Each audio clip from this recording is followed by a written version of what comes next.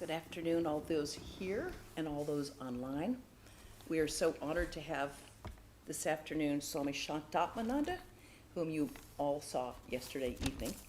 And he has agreed to give us a lovely talk about the Gospel of Sri Ramakrishna. And we've been enjoying his presence and his wisdom here for the past 2 days. So it's really nice that all of you out there can come and enjoy it as well. Just FYI, tomorrow Swami Shantatmananda will be speaking on, to be announced, that isn't helpful, What Grace. Yes, great title. Okay, Jeff.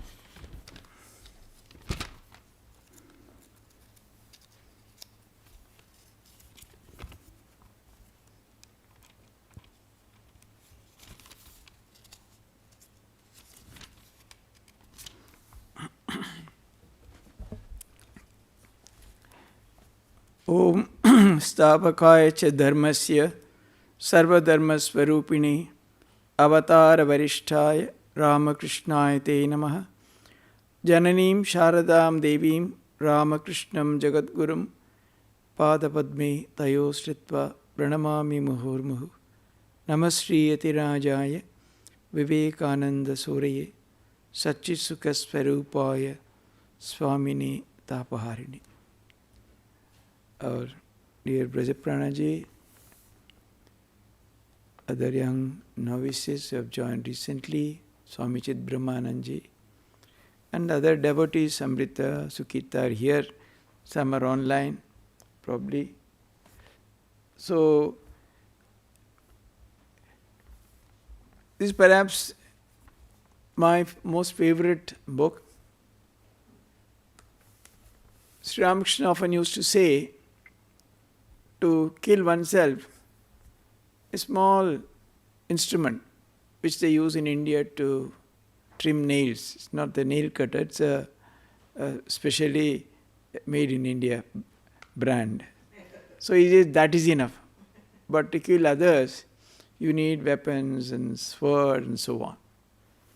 So for our spiritual life, this book is absolutely total, complete. You don't have to go beyond that. But of course you have to constantly talk, lecture and so on. Then of course you have to gather from here, there, everywhere. But for spiritual life, it's absolutely self-contained. Everything is in it. Because about the Gita it is said, Saropanishadu gavo dugdha gopalanandana partho vassa sudhir bhokta dugdham gita amritamat. So it is the essence of all Upanishads. And Arjuna is the calf and Sri Krishna is the milkman.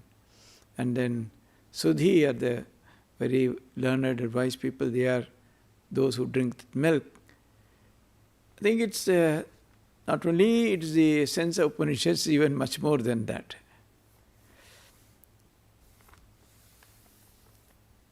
It was created amidst amazing situation or surroundings, because the compiler of this book, the Gospel, he was known as Master Mahashay. His name was Mahendranath Gupta, but because he was a school teachers used to be called as Master. Mahashay is a term of reverence. So they used to call him as Master Mahashay. He was a family man with wife and children, and his own mother was also living with them. But at such a terrible family situation, he'd almost decided to commit suicide. So he went to a place called Baranagar, which is quite close to Dakshineshwar, to spend some days, a few days with his nephew, and then put an end to his life. He and his wife had gone there. After a couple of days or so, this nephew suggested, shall we go and visit some of the nearby temples, etc.?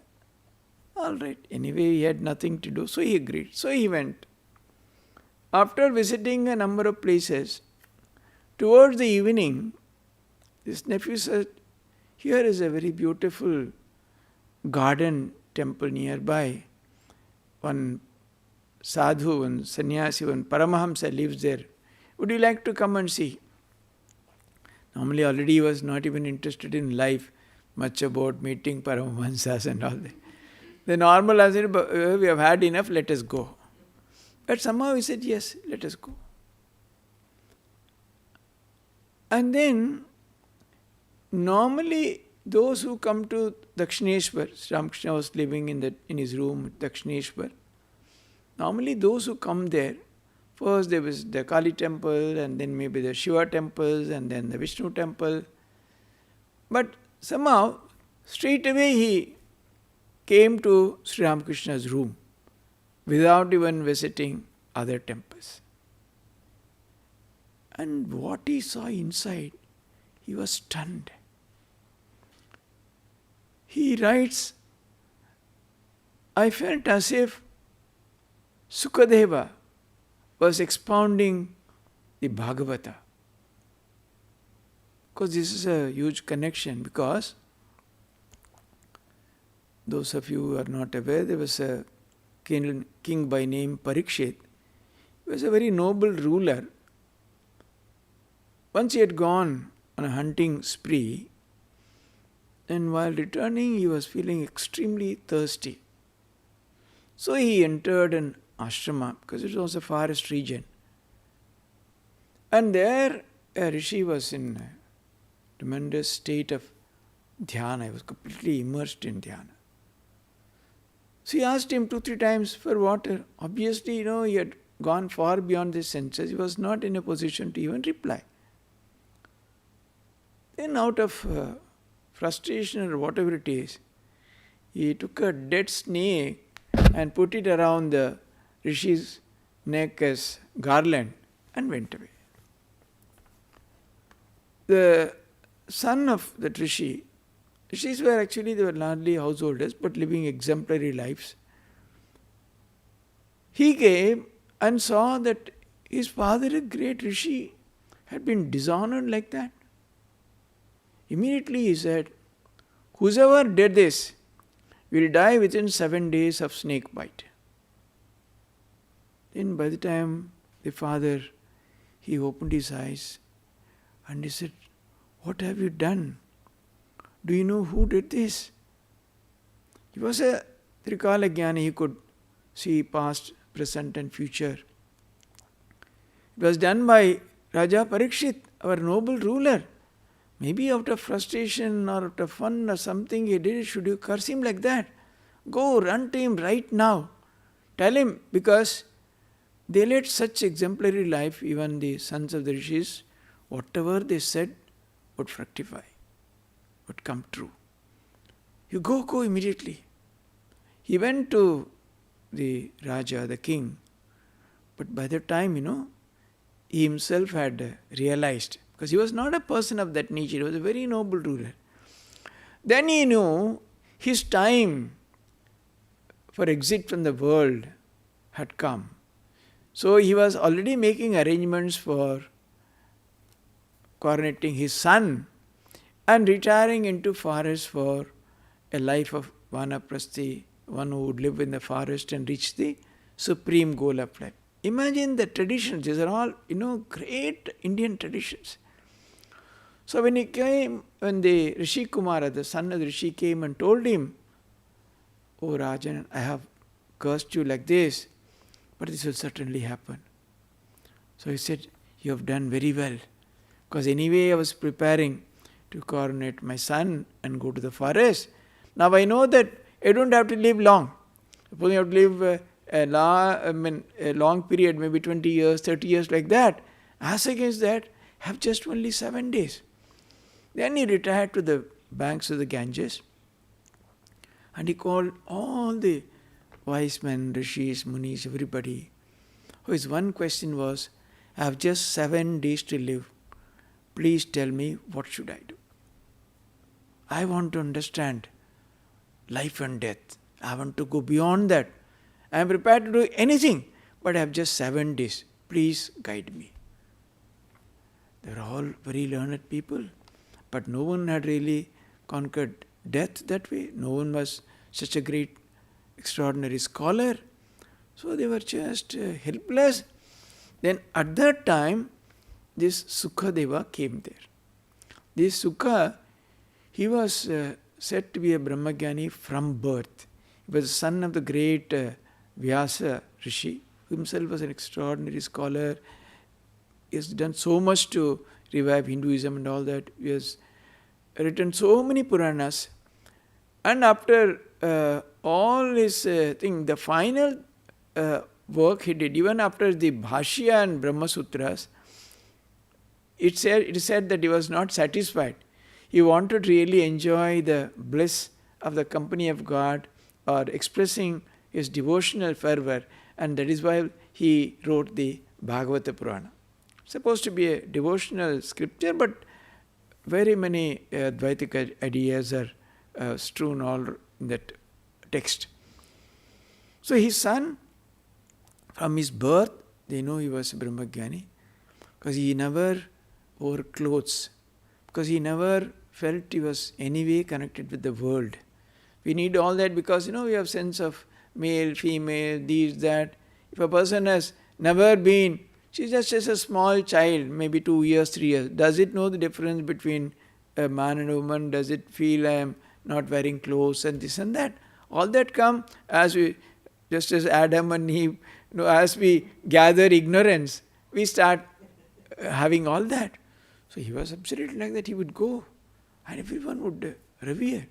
It seems somewhere he went for, as a sadhu, used to go for bhiksha or alms. Somewhere he went, and then a young housewife came and gave him bhiksha. And then he looked at her, because he never knew anything about the world. Then he asked that her mother was nearby, "Mother, what is it? Why she is having big boils on her chest?" "No, my son, it's not boils. God has provided so that she will have a child. And to nurse the child, this is the way she would feed him or her with milk."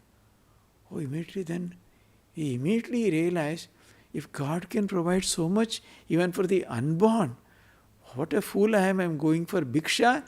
Immediately he gave up even that. So when he came, the moment he entered, there was a huge commotion, because they knew that he was the greatest of Brahmagyanis. So they all were waiting, and Parikshit Raja went and fell at his feet and said, "Kindly instruct me. I have only 7 days to live." So Sukadeva understood that this person was ripe and right for that kind of highest knowledge. So in 7 days he expounded the Bhagavata scripture day and night. At the end of it, Parikshit Raja had the highest of realization. He was fully prepared to give up the body. It is said that he was just cutting a fruit, and then a small insect, worm, appeared there. Slowly it came bigger and bigger and bigger and assumed the form of a huge cobra. He was smitten and he passed away wonderfully, having realized the true meaning of life and having obtained the highest of the knowledge. So this Bhagavad Saptaha, Bhagavat is so famous in India, they always do. But the real purpose of this Bhagavad Saptaha is, if you expound it properly, if the listeners are qualified, in 7 days they will get liberation. That's the real purpose of Bhagavad. So he says, you see how you connect. He was also trying, in way to exit from the world, and to him it appeared Sukadeva was expounding the Bhagavata scripture. Please sit down. And then, next, he says, I felt as if Chaitanya Mahaprabhu was singing kirtans in the company of his devotees. Because, whenever in Sri Ramakrishna's room, whenever the devotees would gather, they'll always be, singing of kirtans and then such wonderful spiritual discussions.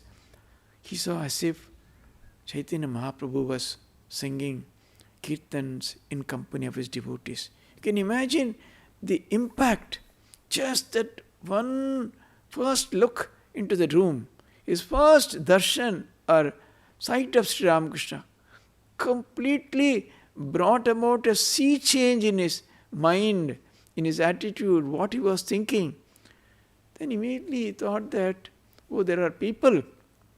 Let me go around the places of, worthy of seeing here and then come back.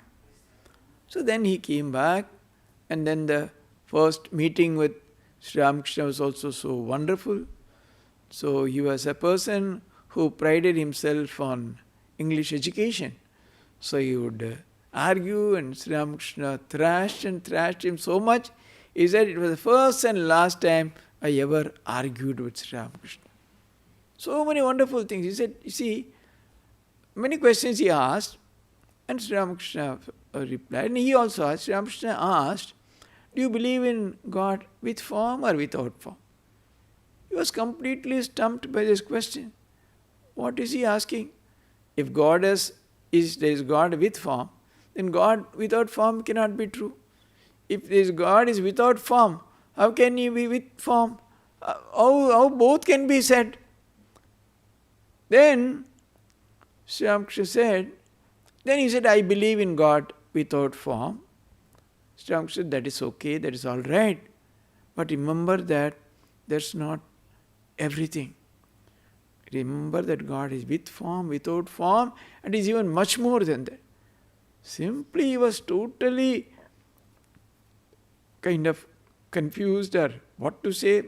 Then very feebly he started saying, no, but when people worship stone and images and all that, should they not be told that it is not God or God is something else?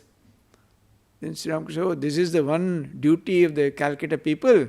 They are always busy giving knowledge to others, forgetting what they have to do in life. Who are you to tell? If God has created them, He would make sure that it is the real God is something else, and it's all like that. So the God was provided for everything, was created the world, everything is happening. So you better mind your own business. Then like that 2-3 times, then again he said that about his wife. Oh, she's a good person, but she's ignorant. Oh, as if you are a great jnani, you are a person of great knowledge. Then he understood that it's better not to open one's mouth before this person, because how many more thrashings he will give, we don't know. That is how he started. Then all his idea of giving up life, suicide, everything totally vanished. Because he found that here is the elixir. Here is a person, if he can kind of get hold of him, all my problems related to this world or the beyond, everything would be solved. So it was a huge transformation at the very first sight. And he started coming regularly.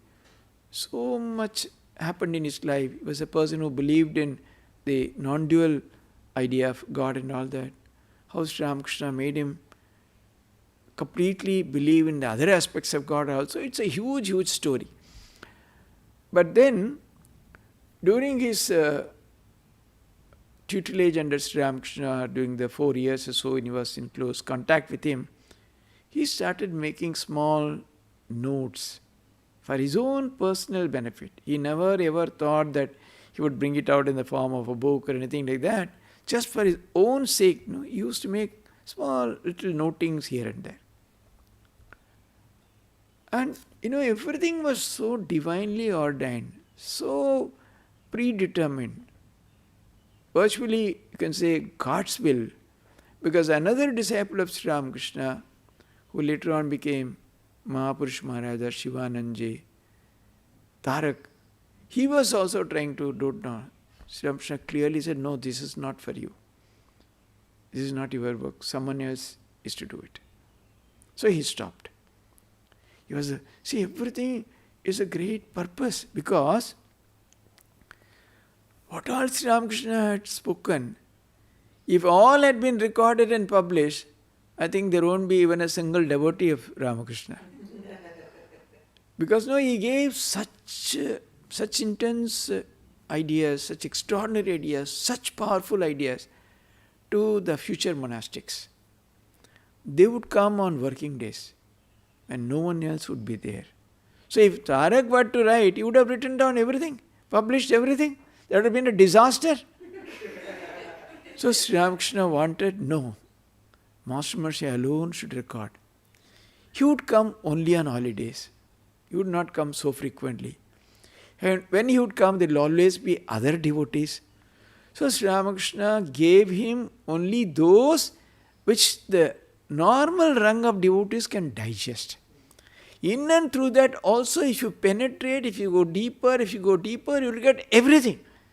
But you can go in a staggered way, stage by stage, slowly, step by step. So in this book, the instructions which Sri Ramakrishna gave were literally for householders. That's why many of our very, very senior sadhus always used to say, it's not enough if you read the Gospel, you must read the life of Sri Ramakrishna called The Great Master, which Swami Shantatmananda had written and all that. It's all true. But actually this is the entry point. Largest number of devotees, largest number of monks, all came into the fold of this Ramakrishna idea through this book, through this text. He exerted the maximum influence. So while recording, you will find that there are repetitions in this book. There is a purpose, because Sri Ramakrishna wanted to drive home certain points. So he would say again and again. But every time you will find that some nuances, some little difference, shade here, there, you will always find. And you will often ask him, Acha, what did I say that day? Then Master Mahashay would repeat. So he wanted to make sure that he had really grasped it. Say, what did I say that day? Then he would say, sometimes he would say, no, this is not what I said. You will correct him. Sometimes, you have got it correctly. You have grasped it. Like that. So it went on like that, went on. So, finally, after the exit of Sri Ramakrishna from this world, which they call as Mahasamadhi, his merging with the Brahman, years later, Sri Ramakrishna gave up his mortal coil in the year 1886. Perhaps the first pamphlet he produced in the form of a pamphlet to start with, small pamphlet containing a few incidents, notings a few days. I think that appeared maybe in 1897-98 or so. And the last volume, he published it in 5 volumes. The last volume appeared in 1932. And he was reading it was a Kali Puja night. He read the proof of the last volume, and then and there he laid down his life. So imagine the extraordinary association with this book, how it was created, its purpose, the great spiritual lineage or heritage or the idea behind this. So, see the small scribblings of notings, 11 years, 12 years later, how is it possible? When you read this book, it is as if like someone has videographed the whole thing. No? Who are all present, who laughed, who was scolded by Sri Ramakrishna, every minute detail, where everyone laughed, where Sri Ramakrishna laughed, everything is there. As if someone had videographed the whole thing and then sat down and wrote it in the form of a book. But this he used to meditate for long hours. He would meditate for long hours and then he would come up. That's why you will find that in the original Kathamrita in Bengali, in 5 volumes, it is not in chronological order. As and when he felt inspired, that portion where he could meditate deeply, he came up with that volume. And finally, in fact, that's how we completed 5 volumes.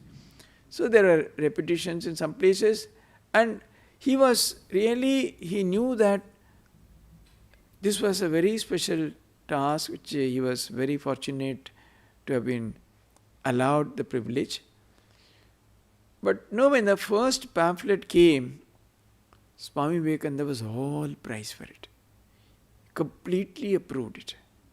And not only that, he read out some portions of the Bengali version to Holy Mother, and she clearly said that Whatever you written is perfectly all right. It appears as if Sri Ramakrishna himself is speaking through those words. So by hearing all that, he felt greatly encouraged, and that is how he went on and on, he continued, he completed, and so it's very, very extraordinary what happened as a chance acquaintance in the first time when he went there. It completely transformed his life, and it has led to an extraordinary scripture. Perhaps it's the most important scripture to come out in the last maybe 100 years or so, because it contains everything. It is not just a religious text, it's a manual of daily life. You will get extraordinary hints about daily living, what one should do in what circumstances, but one has to, read it very differently. There's ways of reading the Kathamrita, Some of us monks had read it so thoroughly, so many times. I once observed in a night class, one young brahmachari was reading, and the senior Swami was sitting in a corner. No, wrong, read it properly. And he read it, he had to correct it. He's sitting there, he's listening. This person is looking at the text and reading. And from there he's saying, no, it is not that correctly. Read it correctly, like that. So, it is, it's beyond words how it can guide. See, regarding the reading of this Kathamrita also, one should not read it like a rapid reader. One should read it slowly, maybe 4 or 5 pages at a time, and then think about it. Because every time you read, you will get some new insights, new revelations, because you will be immersed in that. The more and more you read, that's how it would. You don't feel like ever, keep it away like that. There was one senior Swami of the order, is no more. He was my predecessor in Delhi. He was called Swami Buddhananji. He had done great work on the Ramakrishna Vivekananda literature. He was well known for his, particularly Sri Ramakrishna and Narendra and Sri Ramakrishna. Many articles written. So one of these Swamis who was in the center at that time later on told me how he used to read Kathamrita. Said, in our most of the ashramas, morning breakfast is around 7 a.m. or so. So after that he would go to his room, he would shut the door, take bath, etc., and then sit cross-legged on the bed. In most of our ashramas in those days, we do not have huge cupboards and all that. In the bed itself, in the middle of it, there will be a small almirah like open, where you can stack your personal books. So he said you will sit, and normally that almirah also would contain our personal shrine of Thakur Mas Swamiji. He would light a dope stick, keep it, and then he would take out the Kathamrita. Then for the next 1 hour, he would be lost to the world, completely immersed. Then he would come, keep it, then only his other routine, other things he would do like that. So, those who have invested time like that, those who have paid real attention, they've all benefited immensely. Because Sri Ramakrishna draws from various sources. Although he was really illiterate, you can say, he never went to a school, because they tried to take him to school. On the first day itself, he found that what is the purpose for which people are coming? Then to bundle the gifts that are received. He said, no, I can't pursue such an education. He came away. But because his mind was so sharp, he had exceptional memory power, which they say because of his extraordinarily pure life. Whatever he heard once, that was enough. This is called Shrutidhar in our scriptures. Whatever you hear once, if you can retain it accurately, that's a very special gift or power. So he would give such references. Many would not even know where from he is quoting like that. So then, you will, whenever you read, because they are all just incidents taken from real life, they will really, set you thinking. And if you think deeply, each one, every time you'll have a different idea, different meaning. We'll come to that. Not only that, no, quite often I've seen, the Francis of Assisi and a few others, young monastics who left together, they had gathered at a church. From there only they started their journey. So in the initial few years, whenever they had any doubt or anything they are not able to resolve, they would come back, pray, take out a huge copy of Bible that was there, close their eyes, open a page and read, and from there they will get the solution. I think, for many, the Gospel also gives that kind of, because in many places, see, the Gospel would become more and more meaningful depending upon your orientation, your goal of life, your purpose, your predilection, which way you want to go. You will be really able to identify yourself in many situations. And extraordinary. See, a couple I would just discuss how it can convey so many different meanings. See, one of the famous examples which Ramakrishna gives in the Kathamrita is it. You see, you have seen the housemaids which serve in rich people's house. In India, even now that custom is there, of course you can't think of all that in the West. In India, they have housemaids. They do all the work, this, that, for a salary, because there are a lot of poor people. And he says, how they say, my Rama, my Hari, the children of the master, no? She loved them so much. But Sri Ramakrishna says, at the same time, she knows that her own children back home in the village are their real. And these are all only assumed relationships. So Sri Ramakrishna says, in the world, you should also live like that. Do all your duties, but keep your mind on God, and then you can very easily do your duties. It's a very simple example. It's not at all, the text is not at all difficult to understand. But why are we not able to actualize it? It's because then you have to go deep into the example. First of all, see, the maid, she loves the children so much.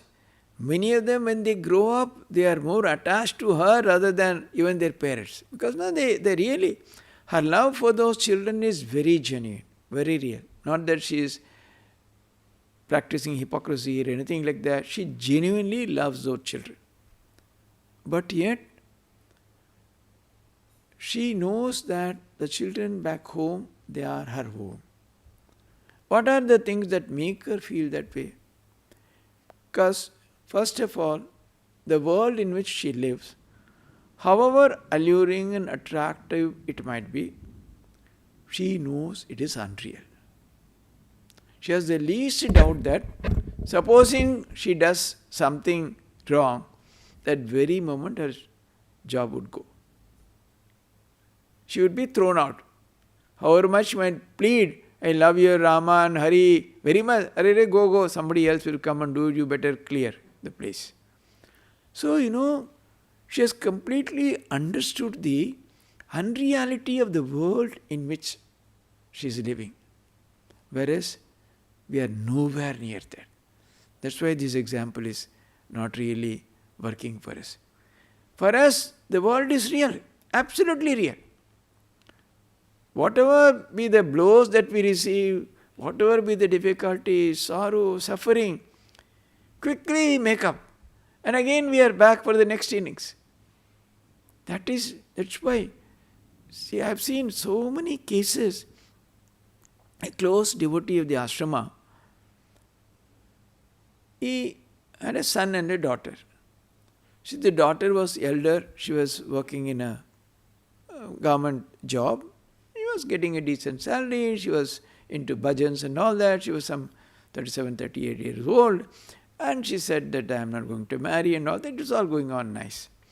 Her brother, he was in Bombay. They are from Delhi. He was in a very good job. And he was ready and they had fixed his marriage. The invitation, etc. had all been printed.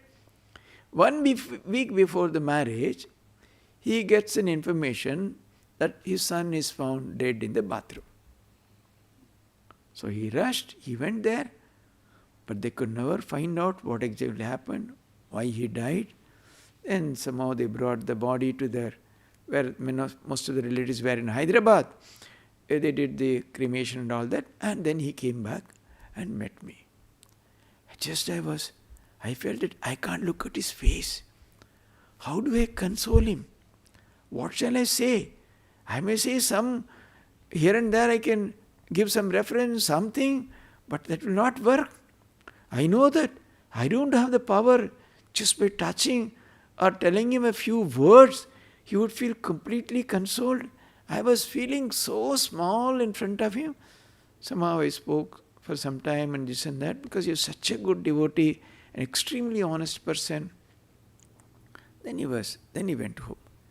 His elder brother is a devotee of the ashrama from Ranganathanji's time, 1957 onwards. I am talking about 2011, 12 or something. Very devoted person. So one day he comes and tells, the other man was his younger brother, Maharaj, they have fixed their daughter's marriage. I was shocked. Just a month ago, the tragedy that struck them, I thought that they will not be able to get up from their bed for months. And she's no longer a girl, she's a middle-aged lady at 38, 39. Why are they pushing her into this? No, Maharaj. He says, who will look after? They spent some 1 million rupees or so in marriage. She went to the in-laws' house. She just stepped in and stepped out. She found it was such a horrible place. She couldn't stay even for hours. Within half an hour or so, she simply came away and reached back home.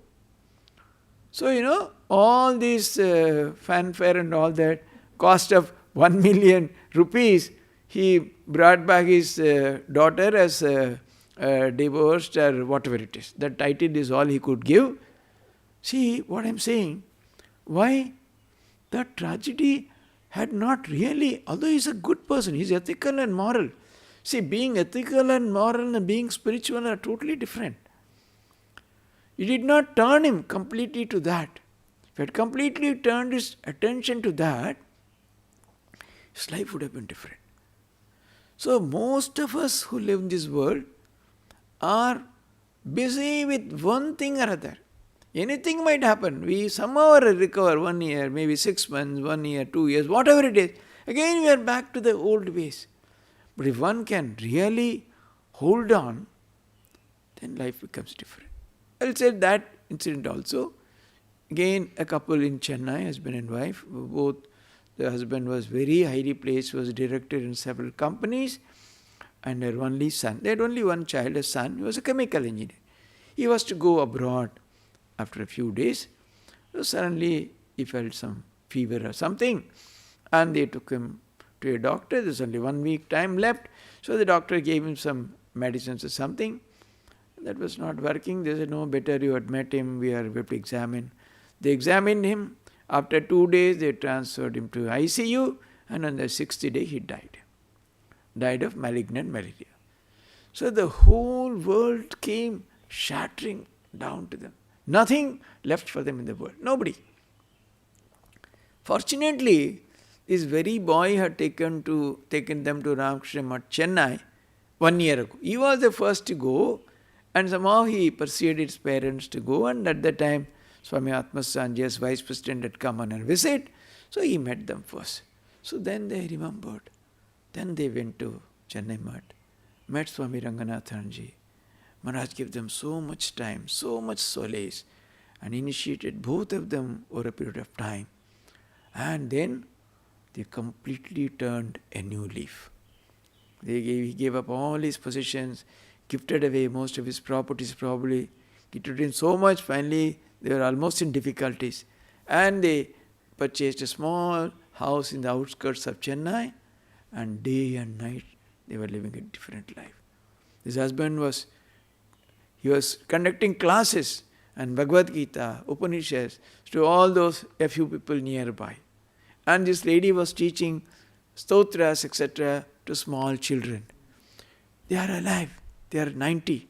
I'm in regular touch with them. But whenever I call them, they are very close to me. Not once did they ever say, Maharaj, why did it happen? Why Thakur took my son away? We are so good people. We never did anything ethically wrong or this or that. Never.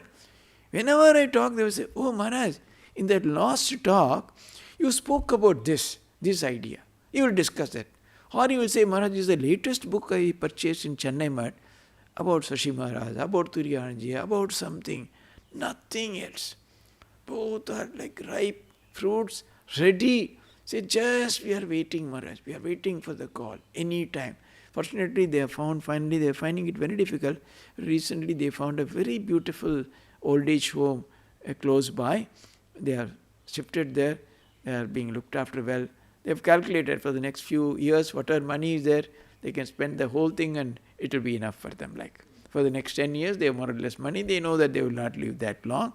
They are very happy. So you see, the point is, the housemaid, in her case, the world in which she was living was absolutely unreal. It can collapse any time. So she was not terribly attached.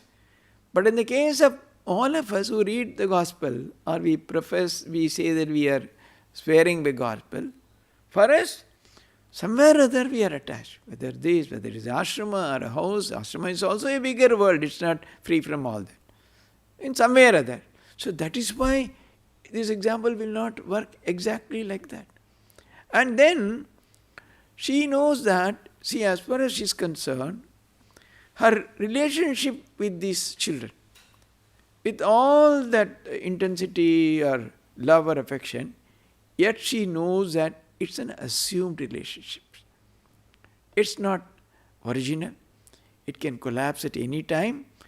It's for certain circumstances, under certain conditions, it has come into existence. Whereas all our relations that we build in this world, they're all so real, so real.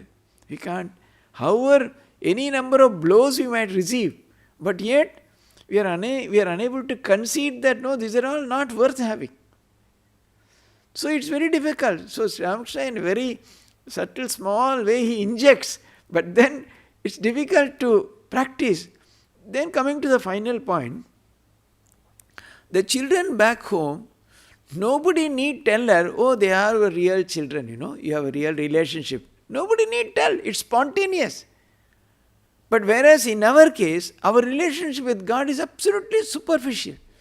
You only know the name God, is it not? So how can we bring that reality into a relationship? So unless we build that kind of a relationship with Thakur, unless we bring that reality into it, it will not work the same way. So he gives a very, very telling and very powerful example, but then unless you are able to go deep into it, reflect, do that manana, then you will, again and again you go through, reflect, how is it related to me? How does this example work for me? Why is it not working? What is Thakur trying to convey through this? So that's why I'm saying, that kind of an intense and deep study, if we can do, we'll get enormous benefit from Gospel. You don't have to go anywhere else, unless you are busy trying to give a lot of lectures and talks and all that. So largely I go by this one. I manage everywhere. I say, you call me for Gospel, I will come. Because it's always such a joy to talk, speak and discuss and all that. So I'll give one more example, all of course taken from. So he says, God is like a magnet. Is in your, and the jiva, the individual soul, is like a needle. But then there are accrustations, there are coverings, there are coatings. And if they are removed, then the needle will get attracted to God. Again he says, if you weep for God and through your tears those impurities are washed away, then the needle can get attracted to God. Again an extraordinary example. An example which gives you tremendous hope. First of all, the example clearly says that it's possible for you to unite with God. That's as if your birthright. Because a needle getting attracted to magnet is its real nature, it's spontaneous. It's not something acquired. So through that, Thakur Sri Ramakrishna assures that in your real nature you are that. You are of the nature of getting attracted to God or getting the highest or whatever it is. So that's the first assurance he gives. And the second, he says magnet, it's in you. God is within you. You don't have to go and search for magnet elsewhere. Magnet is within you, it is right there. Again the second big statement. You don't have to search here and there everywhere. Try to seek him in your heart, in your deepest of the area you can imagine or the location in you. So, there's another great action. And then the third is, the needle, it's covered with some impurities.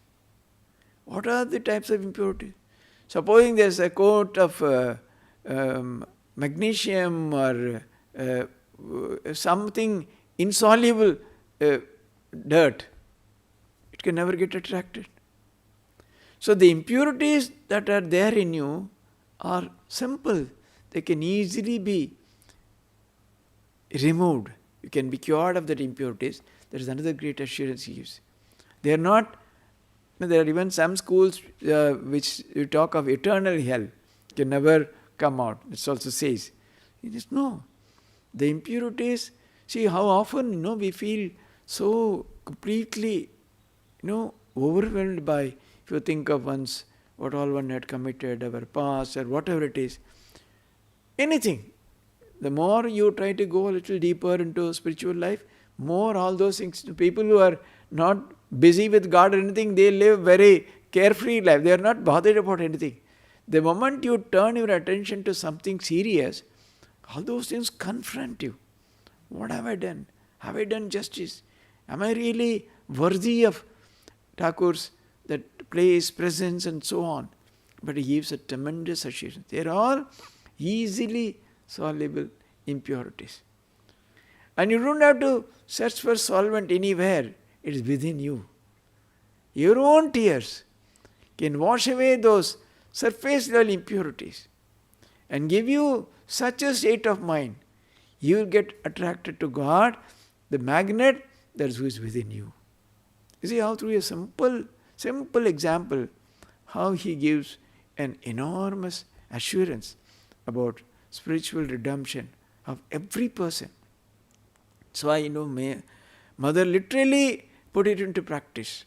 Whosoever would come, whatever be their background. There are people who would go then, usually she stayed, her residence was in the first floor and she would rarely come down. She would always be there on. Sometimes some lady devotee is standing at near the first step. Oh Mother, my past is so bad, I can't even come before your presence. Mother would not accept. No, you must come. You have to come.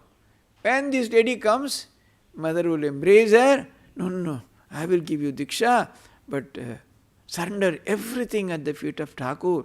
Say that I will not do it again. My dear, that is enough. That's the kind of redemption, that's the kind of assurance you get. See, all that, Thakur has clearly specified.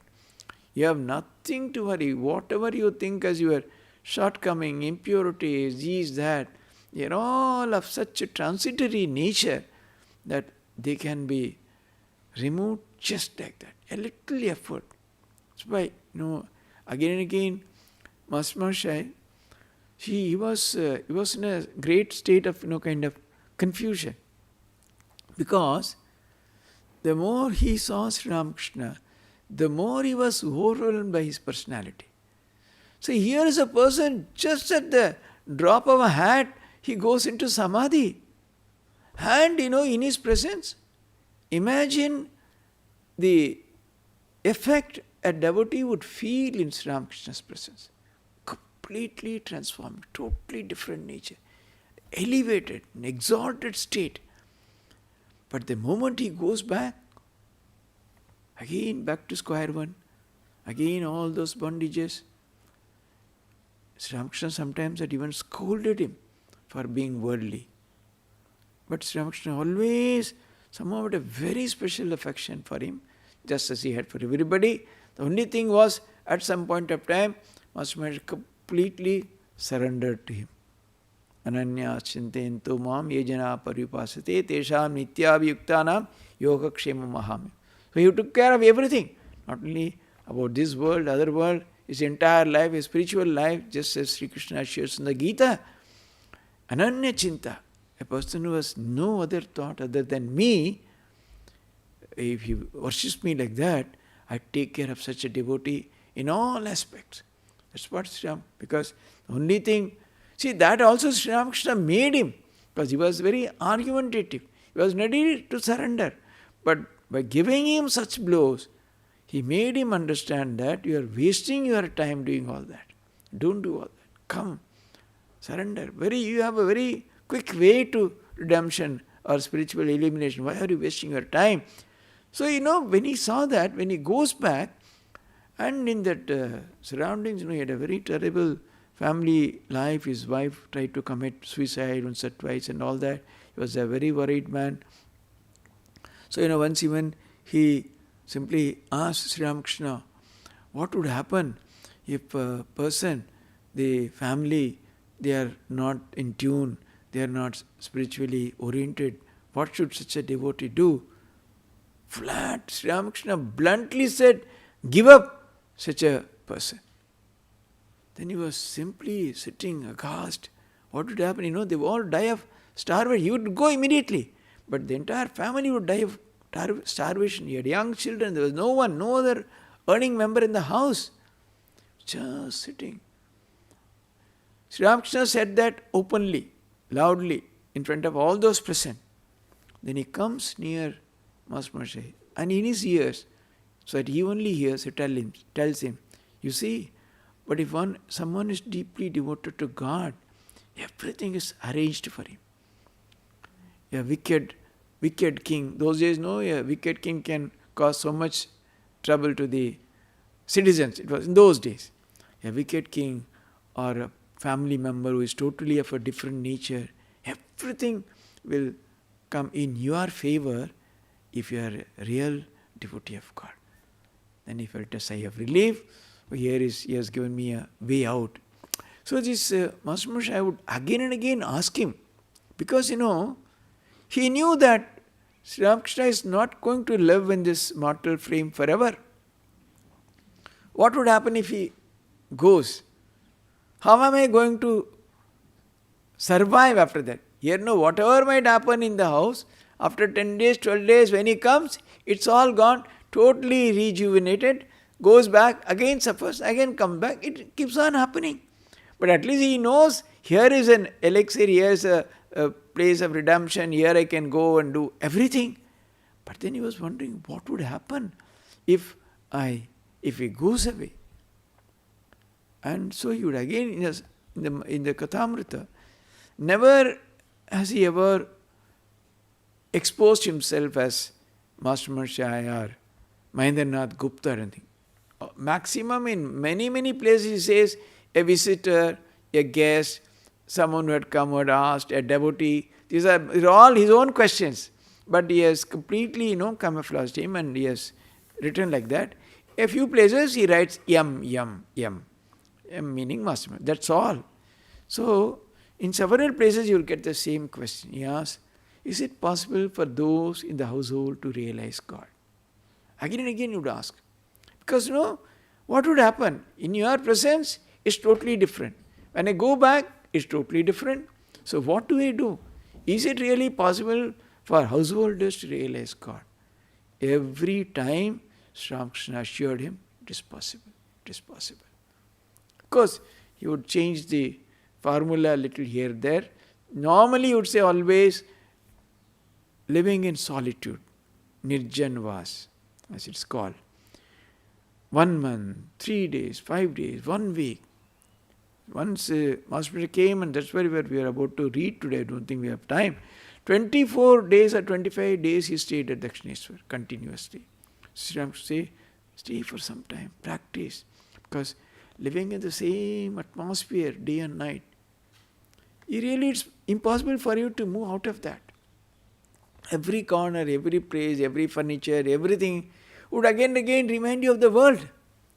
So you should go to a place where, of course, it's not very easy to overcome our mental predilections and tendencies and all that. But at least if you go away for some time, it's possible for you to immerse yourself, do greater amount of practice, and then really make a serious attempt and all that. So Nirjanvas you would always say. And sometimes you would say the company of the holy, Satsanga, Sadhu Sangha. You would always emphasize. You would also say their own discussions are all there here. Why it is necessary? Because what is Satsanga? It's not because someone is advertising with a particular brand of cloth or color or a big matted hair or anything. No. The one in whose presence you are reminded of God. He is a holy person. His very presence. If you go to him, if you talk to him for some time, you will be reminded of the highest. You will be reminded of God. Such a person is holy man. Obviously, when you go to such people, that's why even the most wicked person, they seek holy company. Because they know at least for some time when you come here, you forget yourself. You are in a different world. And by coming again and again, Sri Ramakrishna says somewhere, again, supposing you want to learn how to study the pulse, etc., you must go around with a doctor, not just for once, several days. Again and again, if you go, then slowly you get that. So satsang also he says, not just you go once and lifelong, there's no. When you go again and again, that inherent tendencies in you get renewed, they get ignited. The old tendencies, the other tendencies, they diminish slowly. You give up some of those because you know that when you see a person living a great life, when you feel inspired in his presence, you also feel that if you are even some kind of a sadhaka, you also feel, no, it's worth pursuing. It's so different. When in a small time in his company, it makes it so different. Then finally you would say, weep in solitude, shed tears for God. Sri Ramakrishna brought so many new nuances in the world of sadhana. Perhaps his greatest contribution was prayer. Prayer is definitely, there are mention about prayer in several places in the devotional scriptures and all that. But taking this idea of prayer to perfection, through that alone one can reach extraordinary heights of spiritual excellence or illumination. That was demonstrated by Sri Ramakrishna. There's no time. If Brother Pranaji calls me again, maybe in the next visit I will take it up and then we will discuss in detail more about this Kathamrit. Om Shanti Shanti Shanti Hari Om Tat Sat Sri Ramakrishna Arpanamastu. Again, we'd like to thank Swami Shantatmananda for coming and blessing us and giving us his wisdom. And if you came tomorrow, it wouldn't be fast enough. So please come back as soon as you can. We're always love having this kind of inspiration. And now we'll have Arati.